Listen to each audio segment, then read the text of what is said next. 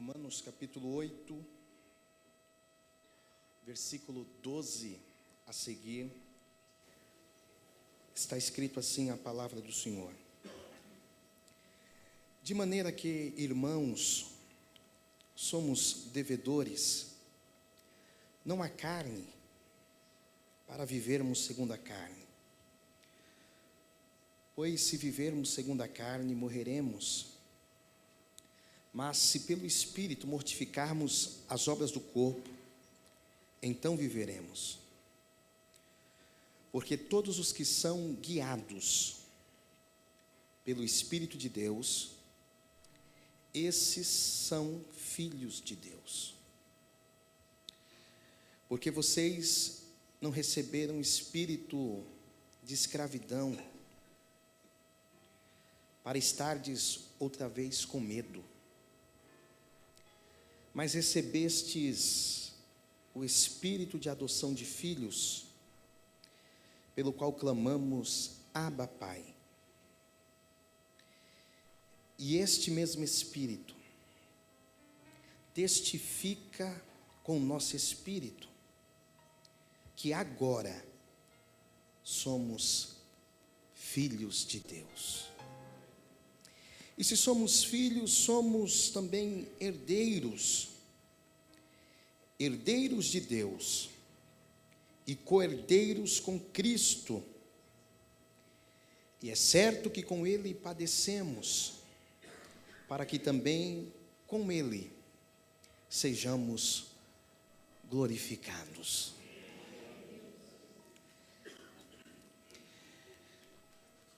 Se perguntássemos para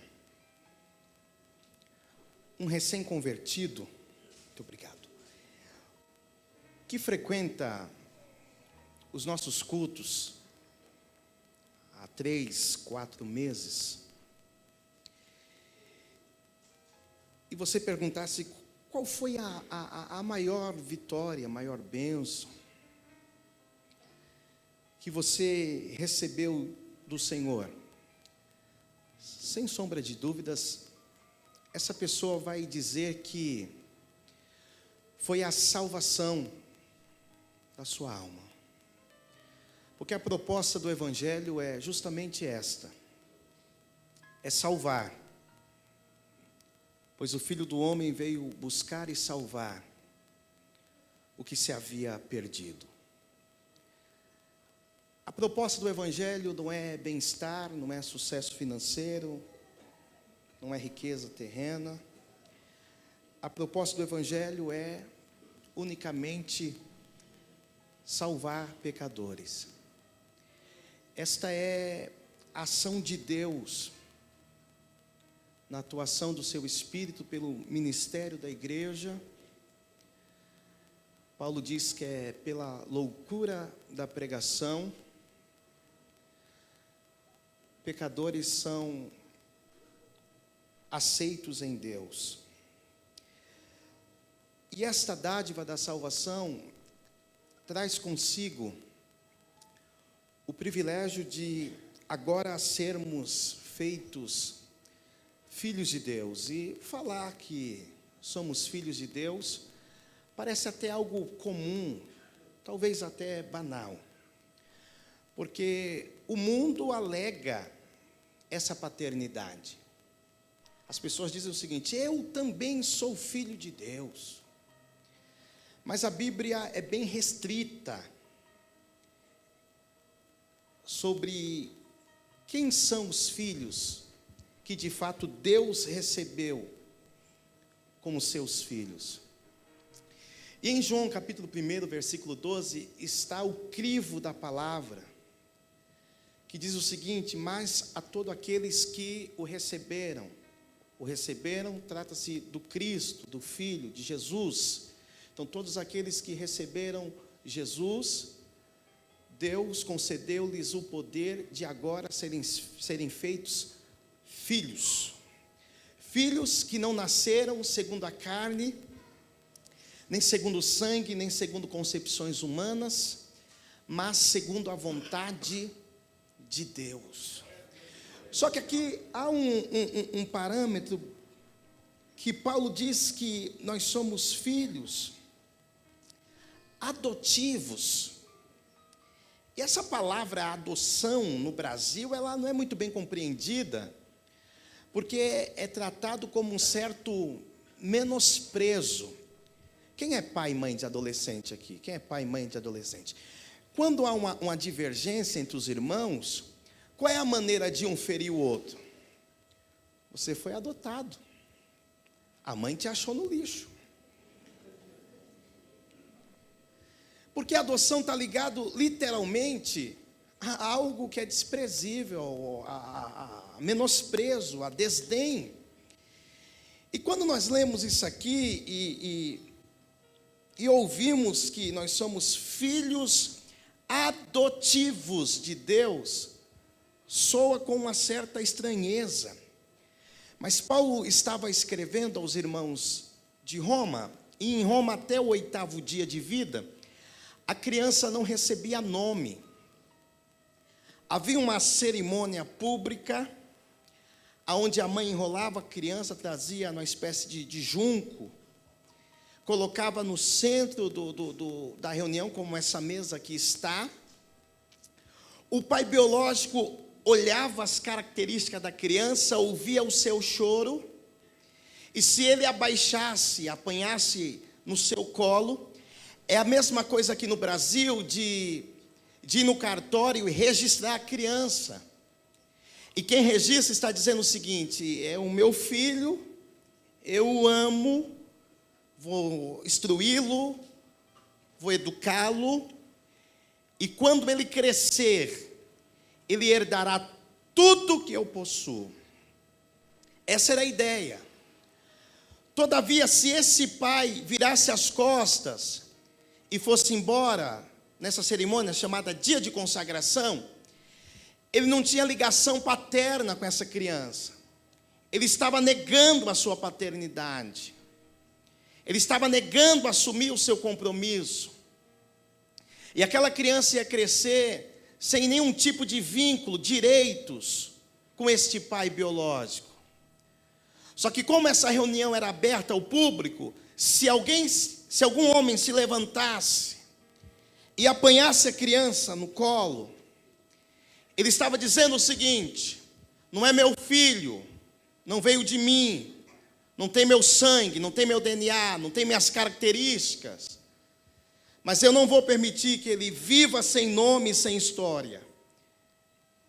Eu vou educá-lo, vou ensiná-lo, vou instruí-lo, e quando ele crescer, ele herdará tudo que eu possuo. Então essa é a ideia que Paulo está tratando. E para os irmãos de Roma, eles chegaram à compreensão muito clara, porque eles entendiam que um filho, o pai biológico poderia rejeitar, mas o pai adotivo, ele jamais poderia desprezar, porque quem adotou, adotou porque quis. Quem adotou, adotou porque viu e teve compaixão. Quem adotou, adotou porque viu e amou. Então, a igreja de Roma entendeu que uma vez adotado, nós somos adotados para sempre. Não importa o que faça, uma vez filho, filho para sempre. Não dá para rasgar. Sabe essa coisa do biquinho da criança de 5 anos? Você não é mais o meu pai. 8, né? Você não te amo mais. Sabe essa coisa de adolescente, de fazer a mala e querer fugir, virar mendigo, greve de fome, para cortar a paternidade? Dá para cortar a paternidade? Não dá. Porque quem é pai, ainda que o filho não aceite. Quem é pai, ainda que o filho seja rebelde. Quem é pai, ainda que o filho não se submeta. Quem é pai, ainda que o filho gere desprazer e desgosto. Não dá para cortar vínculo. Não dá para mudar o que já foi feito. Não dá para apagar a marca de Deus na nossa vida. E o Senhor não vai lhe abandonar, não vai te desprezar. independente das suas atitudes e do seu proceder. Eu lembro quando era novo, tempo de escola é uma benção, filho de crente é uma benção, né? E meu pai pastor e eu, rédea curta, e na escola era o meu campo de lazer. E teve um dia que eu aprontei tanto, mas eu ficava desesperado quando eu ouvia a professora, a diretora dizer que ia chamar meu pai. Eu não queria que meu pai fosse ali. E uma certa feita, ligaram em casa, e para o meu desprazer, quem atendeu foi meu pai. E a diretora falou assim: olha, seu Hélio, o senhor pode vir amanhã? Eu preciso conversar com o senhor acerca do seu filho. Ligou para o meu pai no outro dia. Vocês acham que ele foi no outro dia? Não, ele falou: estou indo aí. Estou chegando aí. E fui chamado para a diretoria, o pai chegou, e aquela carinha de bom filho, de filho educado, aquela coisa de adolescente. E na conversa com meu pai, a diretora fez a seguinte pergunta: nossa, seu Hélio, o senhor é mesmo o pai do Marco Aurélio?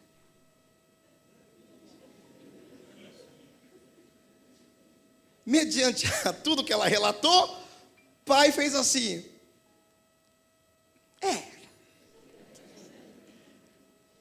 ele é o meu filho.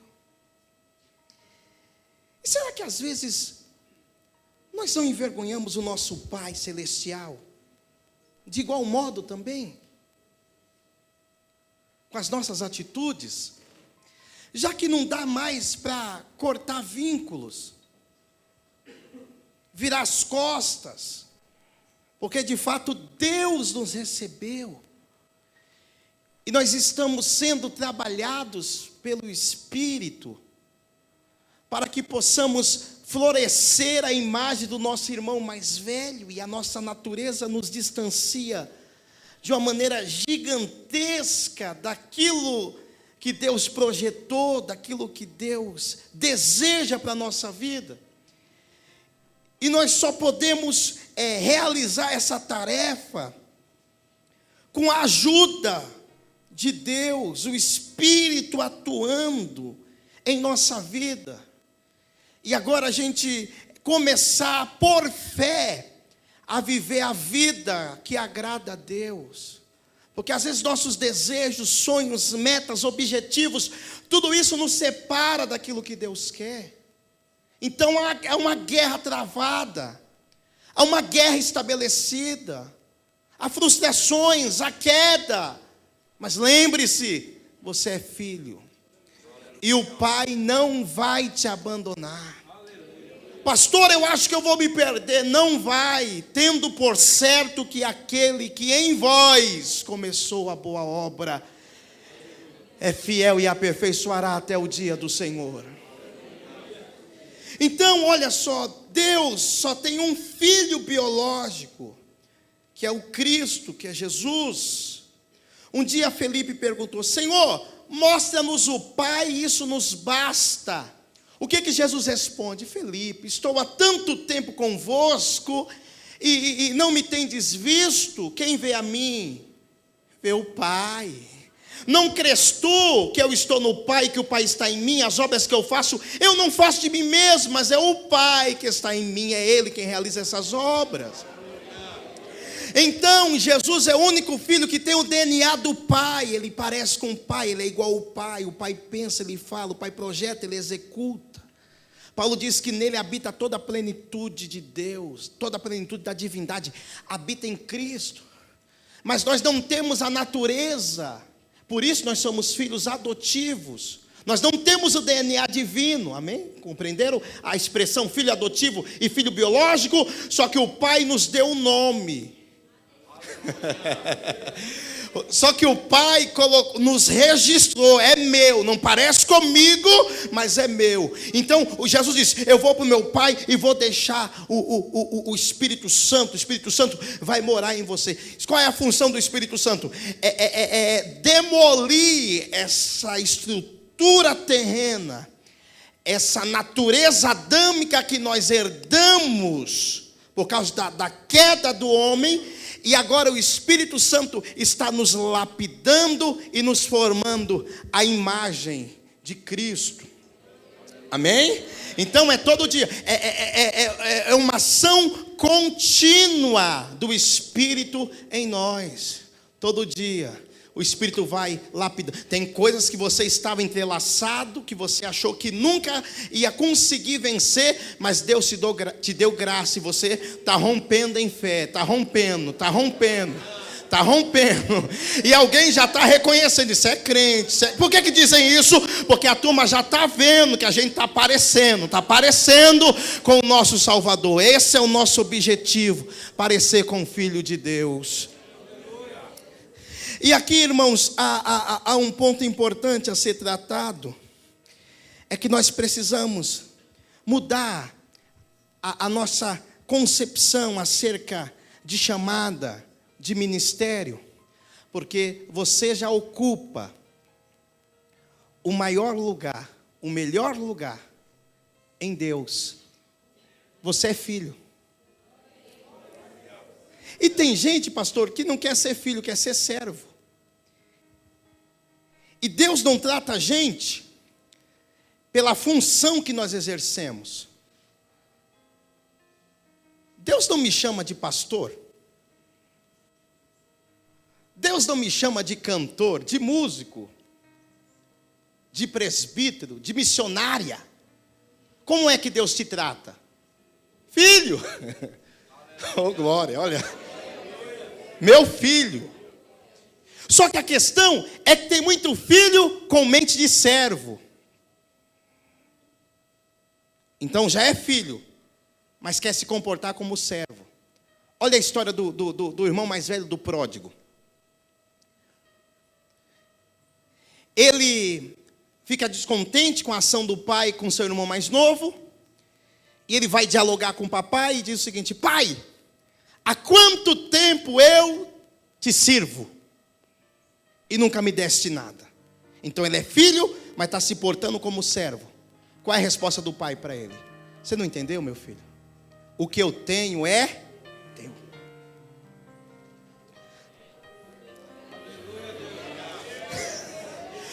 O que eu tenho é teu, sem você fazer nada. Olha a rotina no Brasil. O pai sai de manhã para trabalhar, deixa a criança dormir, não sai de madrugada. A criança estuda de manhã, vai para o colégio. Quando volta, vai chutar a bola no quintal, vai jogar lá o Xbox, o Play 4, vai brincar. Só que o pai está construindo um patrimônio. E quem vai herdar o patrimônio? Ele está cooperando? Eita, é isso que você precisa entender.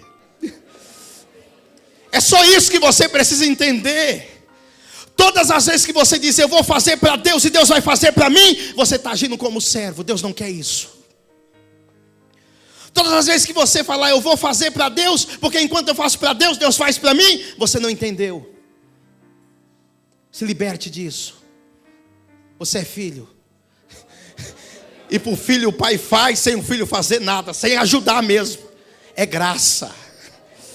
É graça. É graça.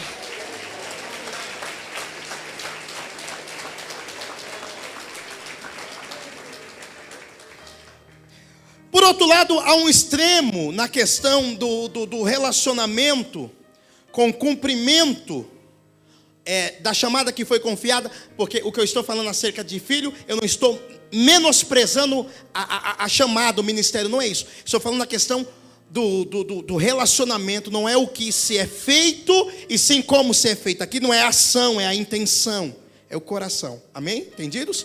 Só que aqui há pessoas que têm uma relação com o pai, mas é uma relação como se o pai fosse um pai carrasco. É como aquele homem que enterrou o talento. Sei que tu és severo. E como é que é a turma que trata Deus como um ser severo, punitivo, vingativo? A pessoa diz: eu vou fazer, irmãos, porque se eu não falar o que Jesus está mandando aqui, eu vou entrar no estreito. Aí a pessoa faz, mas não faz com o coração voltado. Amém? Estão entendendo? Faz com medo da punição. A ação é até boa, está fazendo o que é para ser feito, mas a intenção é o medo. Quem é casado aqui? Casado. Você sabe a carinha? A carinha. A carinha. Quando tu fala alguma coisa que a tua esposa ela não gosta, ela faz aquela carinha? Ou na tua casa não tem carinha? É só na minha que tem a carinha?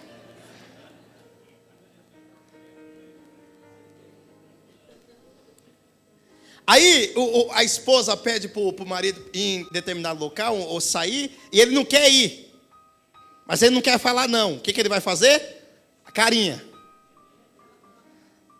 Ele está indo, pastor, ele está comparecendo. A esposa vai olhar para ele e vai dizer: com essa cara aí? É assim ou não? Com essa carinha não serve, não quero. Como será que Deus fica quando a gente quer entregar as coisas para Ele com medo? Sem gratidão, sem sintonia, sem entrega. Que nós estamos vivendo o tempo que as pessoas querem criar um ambiente e tal, e proporcionar aquelas emoções e um monte de coisa. E às vezes fica aquele negócio forçado da glória, do adorar e tal. E parece que Deus é aquele pedinte. Oh, expressa alguma coisa aí, que eu estou meio triste aqui no céu e tal. Dá um glória, um amém. Parece que Deus é aquele ser carente. E um monte de comedor de feijão achando que vai movimentar. Eu recebi um áudio de um pregador que ele disse que ele tem o poder de trazer existência àquilo que não existe pela palavra profética. Você está melhor que Deus. As pessoas estão muito ligadas a essas questões de eu vou fazer e Deus vai fazer, eu vou falar e Deus vai cumprir. Estão se mutilando, porque não sabem se relacionar como um pai e um filho.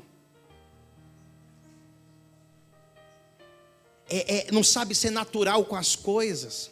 Igual quando você está na sua casa sem cerimônia.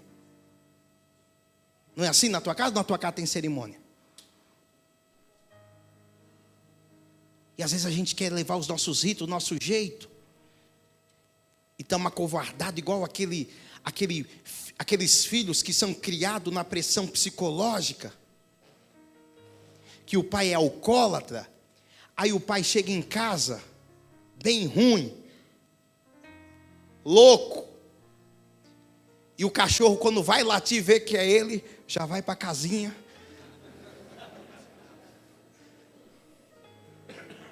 As crianças já desligam o videogame, apagam a luz, cobrem a cabeça, e a esposa fica com um BO para recebê-lo.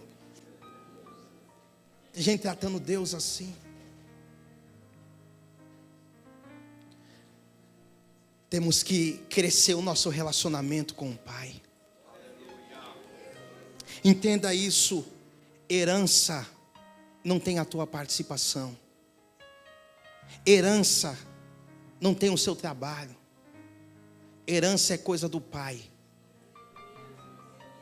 Aceita que dói menos. A gente quer viver barganha, troca. Essa visão desse mundo de troca, de barganha, a gente quer trazer isso para Deus. E em Deus não cabe isso. Deus é Ele fazendo tudo e a gente só aceitando mesmo. Amém? Glória a Deus. É Ele agindo e a gente só aceitando. Sim, Senhor, porque Ele é mais forte que a gente. E a questão é, se eu sou herdeiro, o que falta para ter acesso ao tesouro? Simples, eu preciso crescer. Você tem um filho de 5 anos, ele é seu herdeiro, sim ou não? Você confia o seu cartão de débito com as suas economias, atrás escrito assim, ó, senha, que é para não ter dúvida. e falar para o teu menino lá, 5 anos, 8 anos, vai brincar, meu filho. Cuida aí, o que é do pai é teu. Tu confia? Por que você não confia? Porque ele não tem maturidade. E quando não tem maturidade, o pai tem que limitar. Tem a liberdade assistida. Olha só, é filho, mas tem liberdade assistida. Vai aonde? Vai com quem? Não vai. Porque quem determina o que é bom para o filho não é o filho, porque o filho é menor.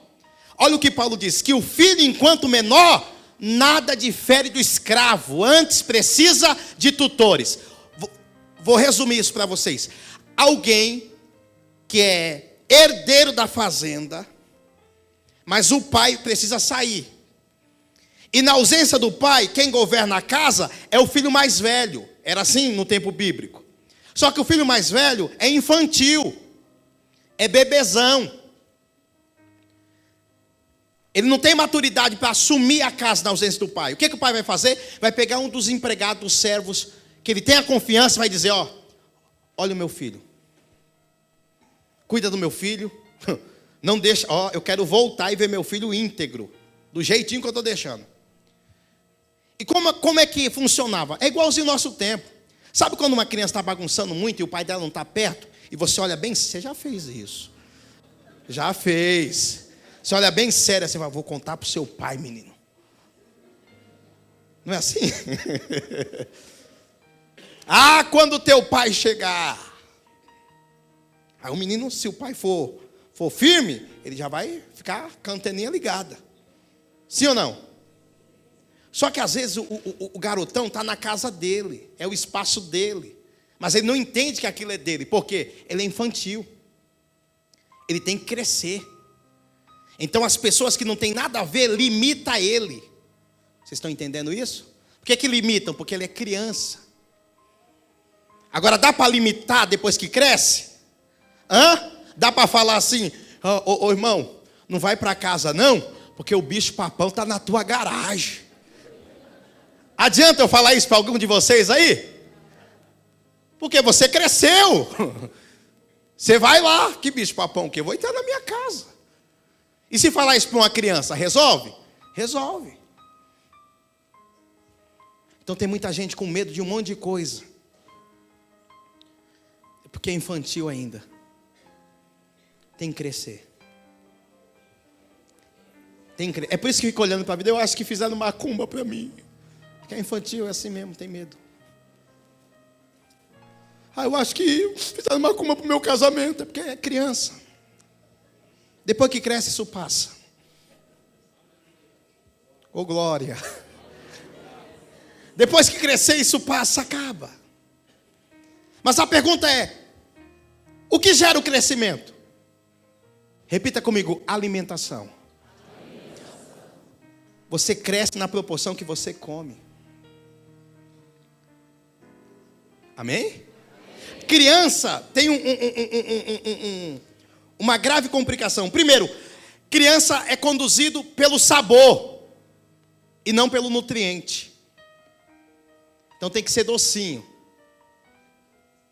Tem que ser bem doce. Diabetes. É ou não é? Às vezes não come aquela coisinha de criança enjoado pra gente? É ou não é? Porque a gente tem um paladar refinado. Então a gente não dá certo. Então quando a mãe está fazendo um almoço, a mãe não vai perguntar para o filho o que ele quer comer. Já pensou você perguntar para o seu menino, o que você quer comer? Para a sua moça, o que você quer comer? Tem beterraba e danone, o que você quer? Tem salgadinho refogado, o que tu quer? Então a mãe não abre para o filho escolher o que quer comer. A mãe simplesmente vai falar, vem comer. Vai comer o que tem, vai comer o que está na mesa. E tem a brincadeirinha. Mãe, eu não gosto de cenoura, meu filho, quem come cenoura enxerga tão bem.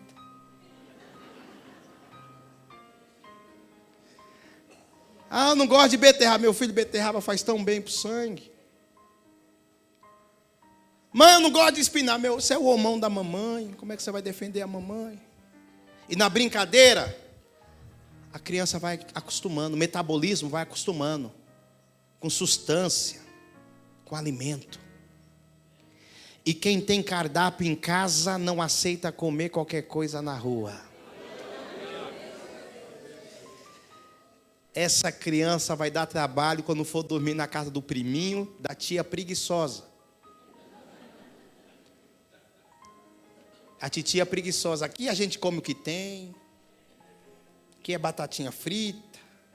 As crianças lá de casa não ligam para essas coisas de comida, não. O fogão é novinho, tem 12 anos de casado, está do mesmo jeito o fogão. É só fast food. É só o motoboy buzinando na porta. Essa criança vai dar trabalho nessa casa, hein? Vai ou não vai? Filho, quer batata frita? Ô, tia, não tem comida. Você não quer um lanche aí? Ô, tia, não tem comida. Porque quem é acostumado com alimento, o dia que não come dá dor de cabeça. Quem é acostumado com comida, o dia que não tem comida dá mal-estar. Quem é acostumado com comida, o dia que não come tem tontura. É assim a nossa vida espiritual, a gente quer crescer. Às vezes não tem aquele saborzinho, aquele brilhinho, aquela coisa engraçadinha, tipo patati patatá, mas a gente quer comer. A gente não quer diversão, a gente não quer stand-up, a gente quer alimento. Nós queremos nos saciar na mesa de Deus, os dias são maus. Oh, glória. Então, essa diversão que a mãe vai fazendo em casa, o filho não quer, não gosta, mãe, ó, abre o aeroporto aí, que o avião vai pousar. No final dá certo.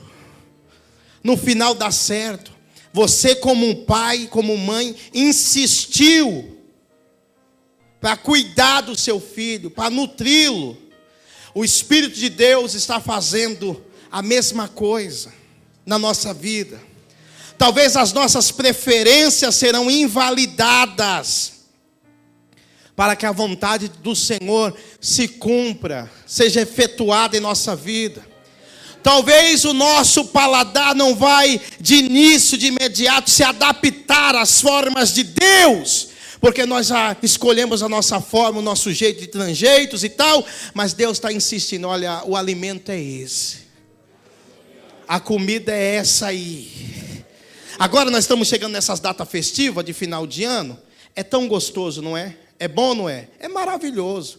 É churrascão, é direto. Só que chega dia 2, você não aguenta mais peru. Chega dia 2, você não aguenta mais maionese. Chega dia 2, você não quer saber mais de farofa. Chega dia 2, você não quer mais saber de churrasco. Você olha para a churrasqueira, dá raiva. Eu não sei como eu comi tanto. Não é? Você só quer o arroz e feijão. Porque arroz e feijão não enjoa. Amém? Ô, glória! Arroz e feijão não enjoa. É isso que a gente precisa. Se alimentar daquilo que Deus tem para conosco. Quer dar o que Deus estabeleceu para a sua vida? Cresça. Cresça. Enquanto você é pequeno, é o seu pai que conduz sua vida. É o seu pai que te leva ao médico. Já reparou quando um filho vai levar o seu pai e a sua mãe, numa idade avançada,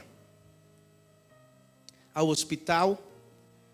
Quem é que fica com a carteira? O filho. O mesmo que com 5 anos o pai limitava. Mas agora ele cresceu. Não tem segredo mais. Ô, glória, hein? Ó. Não tem segredo mais. Agora ele tem acesso. É isso que Deus quer fazer conosco. Quer um conselho? Cresça. Ô, glória. Vira para o irmão do lado e fala assim: cresça, pelo amor de Deus.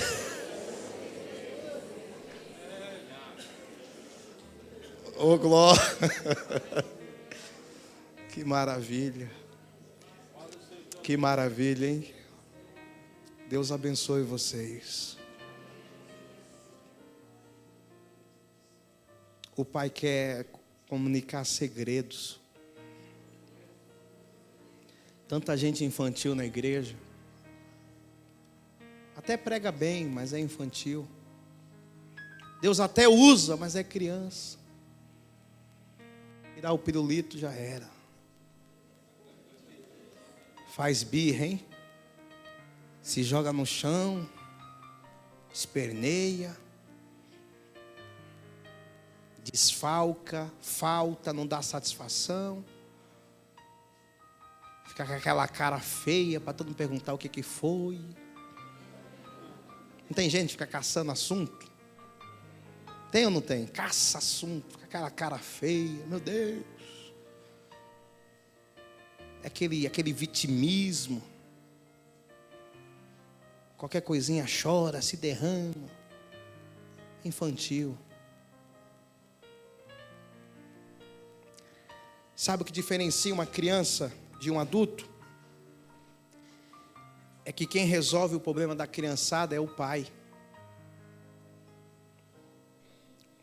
E quando você cresce, o sinal que você cresceu é que você deixa de levar problema para o seu pai, para as pessoas que estão à sua volta.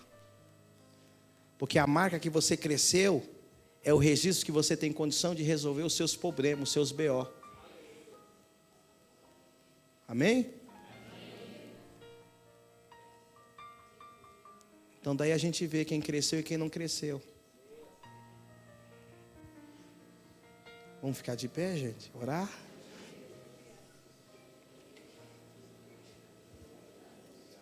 Que maravilha. Glória a Deus. O Senhor está agindo em nosso meio. O Senhor está operando aqui.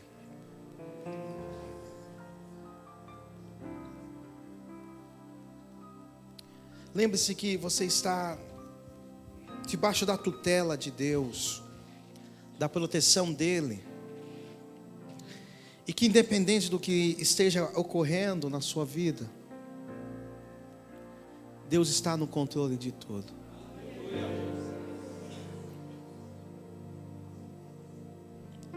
Aceite os estágios da sua vida, reconheça as suas limitações. Você não vai vencer essa batalha sozinho, com a sua força. O Pai vai te ajudar. O Pai vai te dar graça.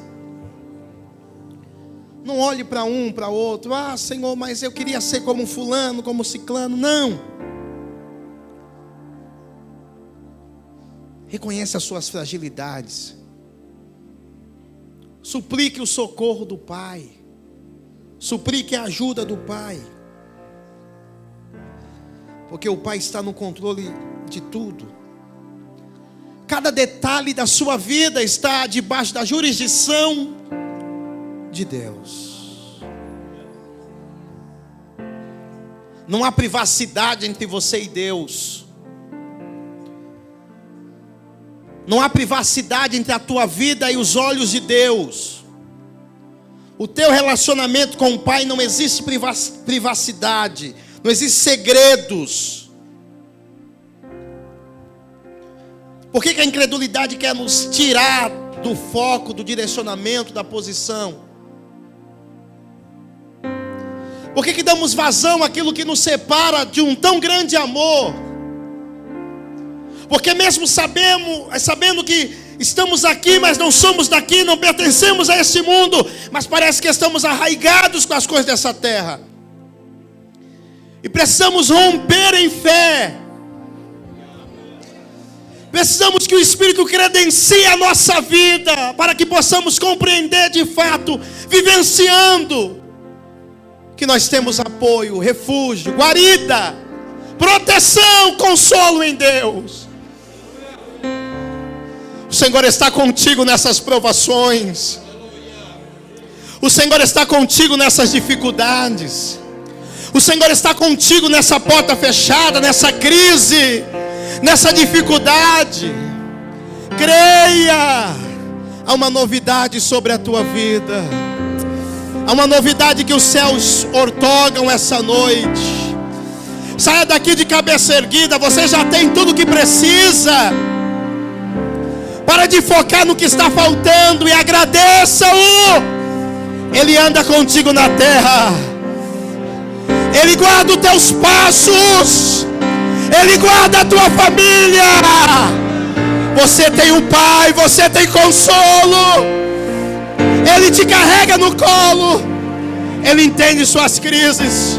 Ele entende as suas dificuldades. Ele entende as suas limitações. E nessa noite Ele te abraça. Sinta o abraço do Pai agora. Sinta o abraço do Pai agora. Era chamarras. Idehe adakaiawe. Sinta o abraço do Pai agora. Essa depressão está sendo repreendida. Espírito da morte está sendo repreendido agora. Todo espírito de suicídio caia por terra. Recebam vida agora. Recebam vida agora. Recebam vida agora. O poder de Deus se alastra sobre essa igreja. Receba um abraço do Espírito aí.